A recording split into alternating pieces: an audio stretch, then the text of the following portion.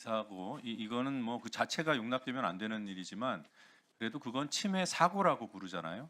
그런데 그 이후의 대응 과정에서 은폐, 뭐 축소 이러한 부분은 범죄의 영역입니다. 앞선 답변을 들어보니까 뭐 해야 될 처리해야 될 분량이 많다, 그러니까 이 업무량이 많다고 표현하신 것 같고 또 시간이 많이 걸려서 그렇지 은폐 축소의 의도는 없었다, 이런 취지로 답을 했고 초기에 또 침해가 아닌 스미싱으로 의심하는 그런 판단의 뭐라고 할까요? 실수라고 할 수 있는 그런 취지의 답변, 그러니까 역부족이었다는 얘기죠. 뭐 은폐나 또는 축소의 시도는 아니었다. 지금 국회 증인으로 나오신 KT라는 국가기관통신사의 대표가 이렇게 답을 했습니다. 그런데 지금 드러나 있는 여러 가지 사실관계를 보면 지금 솔직하게 은폐 축소했음을 인정하고 사과하고 앞으로라도 그런 일이 재발하지 않겠다라고 약속하셔야 됩니다. 오늘 조금 전까지 하셨던 발언은 제 판단으로는 은폐 축소의 연장선이에요. 왜 그런지 구체적으로 설명을 드리겠습니다. 드러나 있는 사실관계 그대로 보시고 다시 한번 본인의 입장을 밝힐 기회를 드리겠습니다. PPT 보겠습니다. 저희 의원실에서 KT에 질의해서 받은 답변으로 만들어 놓은 사건 일지예요. 7, 8월 상황은 언급도 안 하겠습니다. 9월 상황만 보세요. 9월 1일에 광명경찰서로부터 통보를 받았어요. 인정하시죠?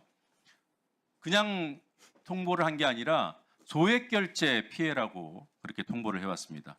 그런데 어찌된 일인지 9월 4일에서야 KT는 원인 파악을 시작했다고 했어요. 이 사흘 동안 도대체 무슨 일이 있었나. 그리고 9월 5일에 ARS 비정상 결제, 이 소액 결제가 이루어진 이 시스템을 차단하게 됩니다. 실질적인 조치가 이때 처음 이루어집니다. 그리고 9월 8일에 키사에 신고를 하게 됩니다. 다음 PPT 보겠습니다. 지금 보고 계신 게 9월 8일 신고한 내용입니다. KT가 신고한 거예요. 허위 신고예요. 시점 보십시오. 사고 발생 시간을 확인 불가하다고 했어요.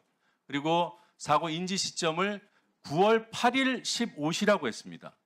경찰이 9월 1일에 통보를 해줬는데 사흘 동안 아무것도 안 하다가 9월 4일에서야 원인 파악 시작하고 그 전에 뭔가 파악을 했으니까 결제 차단을 했을 거 아니에요. 그런데 왜 확인 불가라, 왜 이상 징후가 없다고 얘기해요? 왜 사고 인지 시점을 9월 8일로 합니까? 명백한 허위 신고죠. 이랬는데도 축소 은폐가 아니에요? 저 신고 자체가 실수입니까?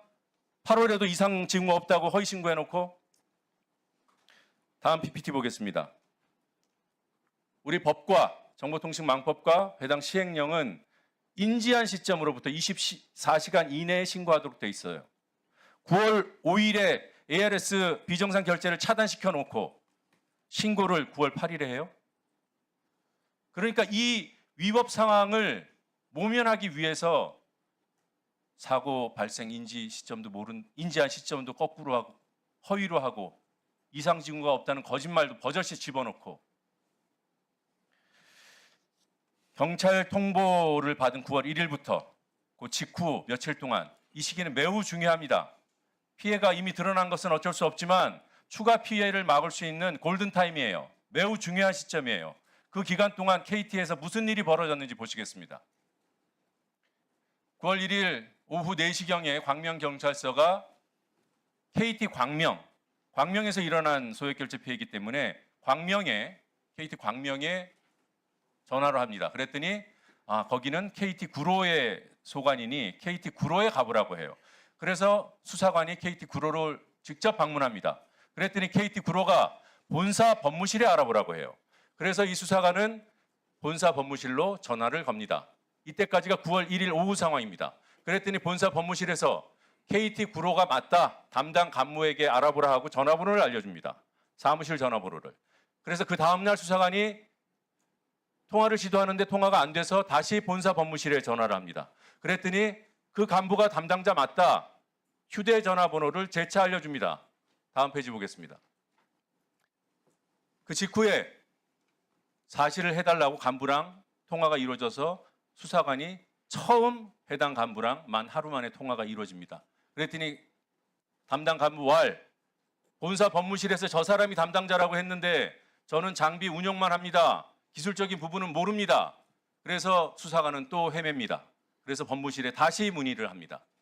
그랬더니 경찰에다 피해자 신원 정보를 요구해요. 경찰이 안 줬어요. 그랬더니 재차 이번에는 본사 법무실에서 수사관한테 전화를 해서 또 달라고 해요. 이걸 언론이 뺑뺑이라고 보도하더군요. 저희 의원실에서 이 상황을 파악해서 언론에 알렸더니 뺑뺑이라고 표현합니다. 뺑뺑이 맞잖아요. 이래놓고 역부족이었어요? 이래놓고 일할 분량이 많아서 놓친 거예요? 어디 국회에 나와서 거짓말을 합니까? 이건 능력과 전문성의 문제가 아닙니다. KT라는 조직이 완전히 망가졌다는 증거예요. 그냥 망가진 정도가 아닙니다. 이 상층부에 뭔가 문제가 생기면은 숨기려고 하는 이 음험한